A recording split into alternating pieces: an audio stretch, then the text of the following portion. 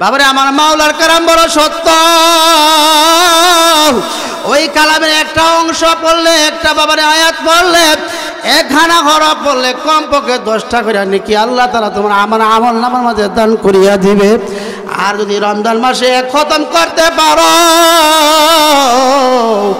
আমার মাওলা তোমার আমল নামার মাঝে 70টা খতমের নাকি দান করিয়া দিবে। কাজী আমার মহাব্বতের বাবারা, আমরা নিজে কোরআন পড়তে পারি নাই, কোরআন পড়তে জানি নাই বাবারে। ওই মাদ্রাসার সহযোগিতা করিয়া দান খারেজ দিয়া যদি ওই মাদ্রাসা দিয়ে আমরা এরকম ভাবে চালাইয়া যাইতে পারি, আর একের পর এক হাফেজ হইতে থাকবে, আলেম হইতে থাকবে, রাইসুল মুবাসসিরিন হইতে থাকবে, ফখরে বাঙাল বের হইতে থাকবে, মুফতি নুরুল্লাহ সাহেব বের হইতে থাকবে, মুফতি আমিনী সাহেব বের হইতে থাকবে, চরবনার পীরের মতন এরকম জাকিরিন হইতে থাকবে। তারা যখন একদিন আমার মাওলা জান্নাতের দিকে চলে যাবে, আল্লাহু আকবার, দেখবে ওই এলাকার মানুষ জাহান্নামে পড়িয়া রয়েছে। আল্লাহু আকবার, কিছু নেকের জন্য জান্নাতে যাইতে পারে নাই। বাবা আমার মাওলা তোমার আমার বাহানা তালাশ করিয়া দেখবে, আমার বান্দা কোনো ভালো কোনো কাজ আছে কিনা, সদকা জারিয়ার কোনো দান খেরাত আছে কিনা। বাবারে ছায়া দেখবে ওই হাসানিয়া আহাদিয়া মাদ্রাসার মধ্যে 1000 ইট দিয়া বাবার 1 লক্ষ টাকা দিয়া 50,000 টাকা দিয়া সহযোগিতা করছে। এর বিনিময়ে তারাও আমার মাওলার জান্নাতে যাইতে পারবে। বলেন সুবহানাল্লাহ। কাজী আমার মহাব্বতের বাবারা, আবু জেহেল এত বোঝাইল আল্লাহ রাসূল সাল্লাল্লাহু আলাইহি ওয়াসাল্লাম, বোঝানোর পরেই কিন্তু ইসলাম গ্রহণ করে নাই, মুসলমান হন নাই।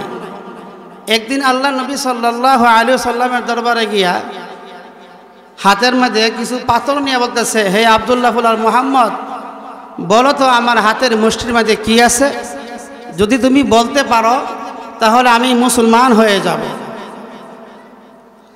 আল্লাহ নবী সাল্লাল্লাহু আলাইহি ওয়াসাল্লাম চাচাজানের হাতের মধ্যে কি আছে বলতে আছে, হে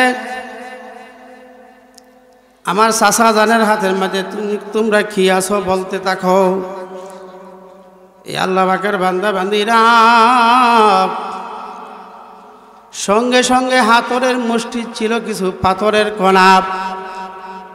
ওই পাথরের কণা গুনগুন শব্দ দিয়া বলতে আছে, লা ইলাহা ইল্লাল্লাহু মুহাম্মাদুর রাসূলুল্লাহ সাল্লাল্লাহু আলাইহি ওয়াসাল্লাম। আবু জেহেল বলতে আছে, আব্দুল্লাহ ফুলার মহাব্বত বড় জাদুঘর। যখন এরকম ভাবে মজাজা দেখাইয়া দিল, ওই পুরা কপালে আবু জেহেলের কপালের মধ্যে হেদায়েত জুটে নাই। বাবারে আরেকদিন বাবারে হিজুর নিয়ে আসলো, হিজুরের বিসিকে রেখে হিজুরের সুলকা নিয়ে আসলো। আল্লাহ নবী সাল্লাল্লাহু আলাইহি ওয়াসাল্লামের দরবারে হাজির হয়ে বলতে আছে, হে আব্দুল্লাহ ফুলা মুহাম্মদ, তুমি যদি ওই বালকা হিজুর দিয়া সুলকা হিজুর দিয়া তুমি গাছ উড়াইতে পারো, আমি মুসলমান হয়ে যাব। আল্লাহ নবী সাল্লাল্লাহু আলাইহি ওয়াসাল্লাম ওই সুলকা হিজুর নিয়া যখন মাটির মধ্যে যখন রোপণ করলো, আল্লাহ পাকের তাওয়াক্কুলের উপরে যখন বিসমিল্লাহির রহমানির রহিম যখন বলিয়া যখন রোপণ করলো, সঙ্গে সঙ্গে হিজুরের গাছ হয়ে গেল। বলেন সুবহানাল্লাহ। শুধু হিজুরের গাছ নয়, ওই হিজুরের গাছ থেকে বাবা বেদানার দানাওয়ালা হিজুর হয়ে গেল। কিন্তু আবু জেহেলের কবরের মধ্যে হেদায়েতের মালা নাই। একদিন আসলো, এখন হিজুর গুলা পুরিয়া কয়লা বানায়া নিয়ে যাব। কারণ কি, সুলকার থেকে গাছ উঠতে পারে, কিন্তু যখন আমি পোড়াইয়া গলায় নিয়ে যাব, কয়লা বানাইয়া নিয়ে যাব, কয়লার দিকে তো আর গাছ উঠবে না। এমনি বাবারে আল্লাহ নবী সাল্লাল্লাহু আলাইহি ওয়াসাল্লামের দরবারে হাজির হয়ে বলতে আছে, হে মুহাম্মদ, তুমি যদি সত্য নবী হয়ে থাকো, হিজুরের কয়লা দিয়া তুমি গাছ বানাইয়া দিতে পারলে আমি তোমার হাতে মুসলমান হয়ে যাব। আল্লাহ নবী সাল্লাল্লাহু আলাইহি ওয়াসাল্লাম বাবারে ওই কয়লাওয়ালা হিজুর যখন মাটির মধ্যে লাগাইলেন, বাবা সঙ্গে সঙ্গে ওই কয়লাওয়ালার হিজুর দানার থেকে বাবারে গাছ তৈরি হয়ে গেল। বলেন সুবহানাল্লাহ। এই আল্লাহ পাকের বান্দা বান্দিনে শুধু গাছ নয়, আমার নবীর মুজিজা এখানে শেষ হয়ে যান নাই। ওই কয়লার গাছ থেকে বাবারে গাছ তৈরি হয়ে হিজুর হয়ে গেল। যেই হিজুরকে বলা হয় আজওয়া হিজুর। বাবা আজকের এই বাংলাদেশের কোনো মানুষকে সাপে কাটলে, কোনো ব্যথা হইলে মানুষের ব্যথার ওষুধ লাগে, জার ফোড়া লাগে, পানি ফোড়া লাগে, কবিরাজি লাগে, কথা ঠিক না বেঠিক? কিন্তু আজওয়া হিজুর যদি বাবা কয়েকটা খেতে পারো, আর জমজমের পানি যদি বাবা খেতে পারো, সঙ্গে সঙ্গে তোমার শরীরের সাপের ব্যথা সবগুলা পানি হয়ে যাবে। বলেন সুবহানাল্লাহ। বাবার এটা দেখার পরেও আবু জেহেল বলতে আছে, মুহাম্মদের ফুলা বড় জাদুঘর। এই আল্লাহ পাকের বান্দা বান্দিরা, যতই মোল্লা মৌলবীরা পীর মাশায়েখরা ওয়াজ করক না কেন, যদি বাবারে হেদায়েত নিয়েতে না আসো বাবা, কোনদিন তুমি আমার মাওলা দরবারে হেদায়েত পাবে না। বাবা হেদায়েতের মালিক হলো আমার মাওলা। দুনিয়ার কোনো আলেম, দুনিয়ার কোনো বক্তা, দুনিয়ার কোনো পীর মাশায়েখ কোনো মানুষকে হেদায়েত দিতে পারবে না। আমাদের কাজ হলো বাবা, আমরা পিউন, আমরা বাবা পিউন সেজিয়া তোমাদের মধ্যে আসলাম। আমাদের কাজ হইল বাবা কোরআন হাদিস থেকে কিছু কথা বলার, আর আপনাদের কাজ হইল মানার। বাবারে আমরা বলতে পারবো, কইতে পারবো, পিউন হিসাবে আপনাদের সামনে বারবার আসতে পারবো। যদি মানেন কামিয়াবি, আর যদি না মানেন ক্ষতিগ্রস্ত হয়ে গেলেন। ফারিকুন ফিল জান্নাতি ওয়া ফারিকুন ফিস সাঈর। আমার মাওলা তো তোমার জন্য দুইটা রাস্তা খুলিয়া দিছে। একটা রাস্তা হলো জান্নাতের রাস্তা, আরেকটা রাস্তা হলো জাহান্নামের রাস্তা। বাবা তোমার যেটা মনে চাই তুমি সেইটা করতে পারবা। আমার মাওলার পক্ষে থেকে কোনো বাধা নেই, কোনো কিছু নাই। তুমি নামাজ পড়লে পড়তে পারবা, জিকির করলে করতে পারবা, সুন্নত তরিকা অনুযায়ী চললে চলতে পারবা। আর যদি বাবা গান বাজনা নিয়ে লিপ্ত থাকো, চুরি ডাকাতি নিয়ে জিনা নিয়ে লিপ্ত থাকো, মিথ্যা কথা বলতে থাকো, তাতে কোনো আমার মাওলার পক্ষে থেকে বাধা নাই। একদিন কিন্তু আমার মাওলার দরবারে যাওয়াই লাগবে, কথা ঠিক না বেটে? এ আল্লাহ পাকের বান্দা বান্দিরা, আবু জেহেল মার্কার মানুষ কিন্তু এখনো কিন্তু দুনিয়াতে আছে না নাই? বাবারে আবু জেহেল মার্কা মানুষ কিন্তু এখনো কিন্তু দুনিয়াতে আছে। এ আল্লাহ পাকের বান্দা বান্দিরা, এত মুজিজা দেখার পরেও আবু জেহেল্লা বাবারে এরকম ভাবে মুসলমান হইতে পারে নাই।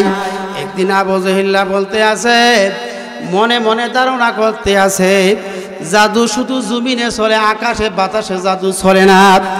বাবারে আবু জেহেল্লা আল্লাহ নবী সাল্লাল্লাহু আলাইহি ওয়াসাল্লামের দরবারে গিয়া বলতে আছে, হে আব্দুল্লাহ ফুলা মুহাম্মদ, তুমি যদি সত্য নবী হয়ে থাকো, আকাশের চন্দ্রটাকে দুই টুকরা করে আমাকে দেখাও। যদি তুমি দুই টুকরো করে দেখাইতে পারো, আমি আবু জেহেল তোমার হাতে মুসলমান হয়ে যাব।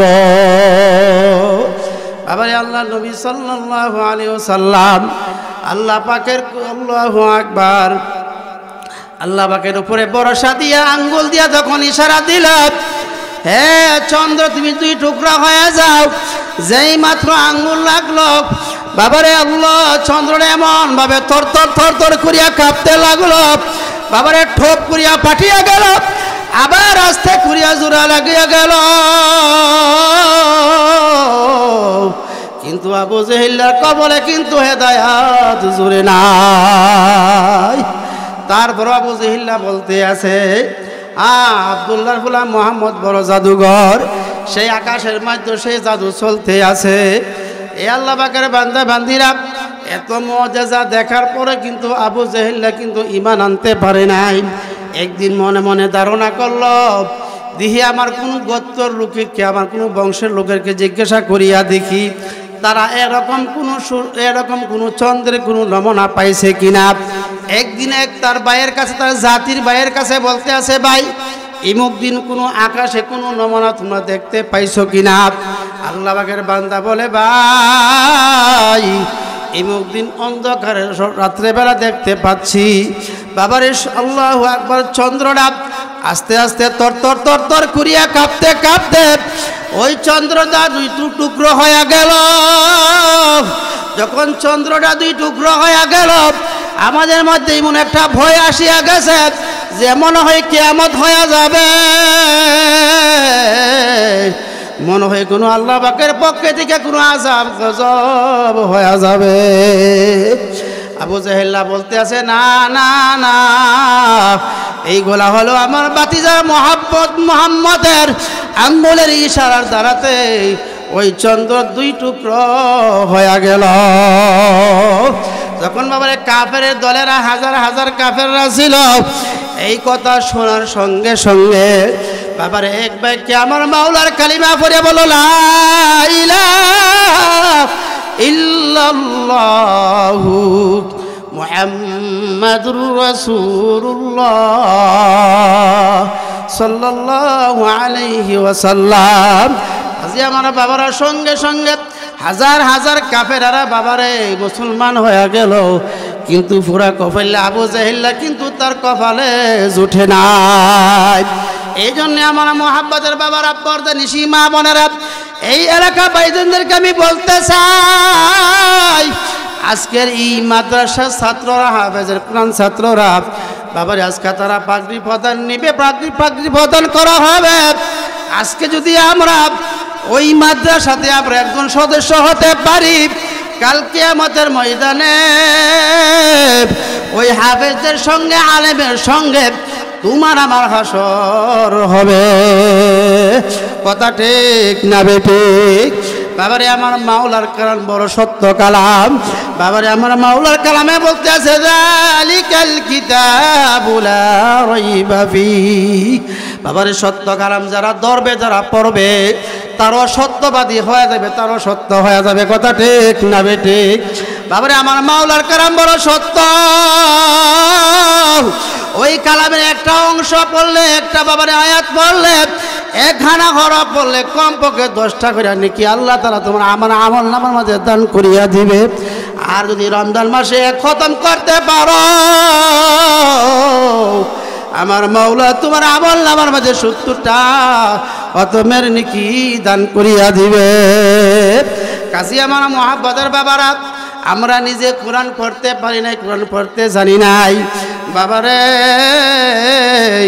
ওই মাদ্রাসার সহযোগিতা করিয়া দান খারেজ দিয়া যদি ওই মাদ্রাসা দিয়ে আমরা এরকম ভাবে চালাইয়া যাইতে পারি, আর একের পর এক হাফেজ হইতে থাকবে, আলেম হইতে থাকবে, রাইসুল মুবাসসিরিন হইতে থাকবে, ফখরে বাঙাল বের হইতে থাকবে, মুফতি নুরুল্লাহ সাহেব বের হইতে থাকবে, মুফতি আমিনী সাহেব বের হইতে থাকবে, চরবনার পীরের মতন এরকম জাকিরিন হইতে থাকবে। তারা যখন একদিন আমার মাওলা জান্নাতের দিকে চলে যাবে, আল্লাহু আকবার, দেখবে ওই এলাকার মানুষ জাহান্নামে পড়িয়া রয়েছে। আল্লাহু আকবার। কিছু নেকের জন্য জান্নাতে যাইতে পারে নাই। বাবা আমার মাওলা তোমার আমার বাহানা তালাশ করিয়া দেখবে আমার বান্দা কোনো ভালো কোনো কাজ আছে কিনা, সদকা জারিয়ার কোনো দান খেরাত আছে কিনা। বাবারে ছায়া দেখবে ওই হাসানিয়া আহাদিয়া মাদ্রাসার মধ্যে 1000 ইট দিয়া বাবার 1 লক্ষ টাকা দিয়া 50,000 টাকা দিয়া সহযোগিতা করছে। এর বিনিময়ে তারাও আমার মাওলার জান্নাতে যাইতে পারবে। বলেন সুবহানাল্লাহ। কাজী আমার মুহাব্বতের বাবারা, ওই কোরআনের হাফেজরা যখন আল্লাহু আকবার কালকে আমাদের ময়দানে উঠবে, আমার মাওলা ডাক দেবে, বলে হাফেজে কোরআন তোমরা এই মাওলার কোরআন পড়তে থাকো, উঠতে থাকো, চড়তে থাকো। বাবারে 6666 তালার মাঝে হাফেজের স্থান হয়ে যাবে। আজকে যেমন ভাবে হাফেজের কোরআনদেরকে হাজার হাজার মানুষের সামনে পাগড়ি পতন করানো হবে, তেমনি ভাবে হাফেজে কোরআন মা বাবাদেরকে কালকে আমাদের ময়দানে লক্ষ লক্ষ কোটি কোটি মানুষের সামনে বাবারে নূরের মুকুট তাদেরকে পরানো হবে। কথা ঠিক না বেঠিক? কাজী আমার মুহাব্বতের বাবারা, আমাদের ছেলে মেয়েদেরকে আমরা এরকমভাবে মাদ্রাসায় ভর্তি করতে চাই। বাবা হাফেজে কোরআন আলেমের বাপ হইতে চাই, বাবা হক্কানি আলেমের বাপ হইতে চাই। তার লাভ কি বাবা? যখন তুমি দুনিয়া থেকে চলিয়া যাইবা, অন্ধকার যাওয়ার পরে আল্লাহু আকবার তোমার আমার কোনো নেক আমল কবরে যাবে না। একমাত্র নেককার ছেলে সন্তান যখন বসিয়া বসিয়া আমি মাওলার কোরআন তেলাওয়াত করবে, এর একটা সওয়াব তোমার আমার কবরে যাইতে থাকবে। কাজী আমার বাবারা, নেককার ছেলে মেয়ে যখন কবরের পাশে দাঁড়াইয়া দাঁড়াইয়া রব্বির হামহুমা কামা রব্বায়ানি সগীরা, যখন হাফেজে কোরআন আলেমে রব্বানি যখন তোমার আমার কবরের পাশে দাঁড়াইয়া দাঁড়াইয়া দোয়া করবে, বন্দুকের গুলি মিস হইতে পারে, কিন্তু ওই হাফেজের কোরআনের দোয়া কোনোদিন মিস হইতে পারে না। কাজী আমার মুহাব্বতের বাবারা, পর্দানিশী মা বোনেরা, আজকের বাবার এই শেষ মাহফিল মনে করিয়া যিনি আজকে আমাদের প্রধান অতিথি আসতে আছেন বাবা, তার হাতে হাত দিয়ে বাবারে নেককার হয়ে যাও আল্লাহওয়ালা হইয়া, তারপরে আমার মাওলা পাকের কবরে রওনা করিও। বাবারে কবর কিন্তু ভয়ানক এক জায়গা, যেই কবরে সাথী নাই, বাতি নাই, বন্ধু বান্ধব নাই, কোনো কিছু নাই, একমাত্র বাবার নেক আমল ছাড়া আমার মাওলা ছাড়া ওই অন্ধকার কবরে আর কিন্তু কেউ থাকবে না। কি উপায় হবে আমার মরণে, কি উপায় হবে আমার কবরে। কাজী আমার মুহাব্বতের বাবারা, কবরের ফুজিবাট্টা লইয়া ইমান আমল ভালো করিয়া বাবা তারপরে কবরে রওনা করিও। বাবারে কবর কিন্তু সব বিচ্ছুর ঘর।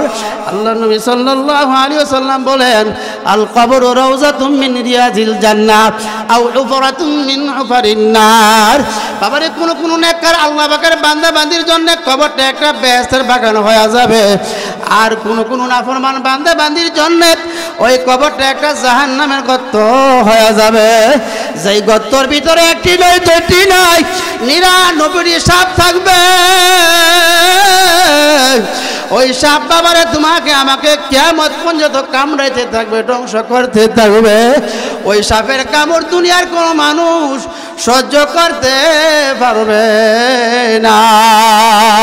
লা ইলাহা ইল্লাল্লাহ, লা ইলাহা। মেহমান তারা আজকে ওয়াজ করবেন, আমি তো আপনাদের এলাকার কৃতি সন্তান, আমরা তো আছি, সমস্যা নাই। যারা আমরা এখনও বাড়িতে এবং রাস্তাঘাটে দোকানপাটে আমরা বসে আছি, অতি সত্ত্বে আমরা আজকের এই মহতি মাহফিলে, ইসলামী মহাসম্মেলনের মাহফিলে আমরা এসে বসে যাই। ভাই কলবটা নরম করিয়া, দিলটাকে নরম করিয়া হেদায়েতের নিয়তে বাবা বসেন। একটা কথা যদি কলবের ভিতরে ঢুকিয়া যায়, হইতে পারে তোমার আমার জন্য দিল পরিবর্তন হইতে পারে, হেদায়েত আসতে পারে। কথা ঠিক না ঠিক? আল্লাহ পাক রব্বুল আলামিন আমাদের সকলকে দিনের উপরে অটল থাকা, দিনের সহিহ বুঝ দান করুক। সকল আমিন। ওয়া আখিরু দাওয়ানা আলহামদুলিল্লাহ।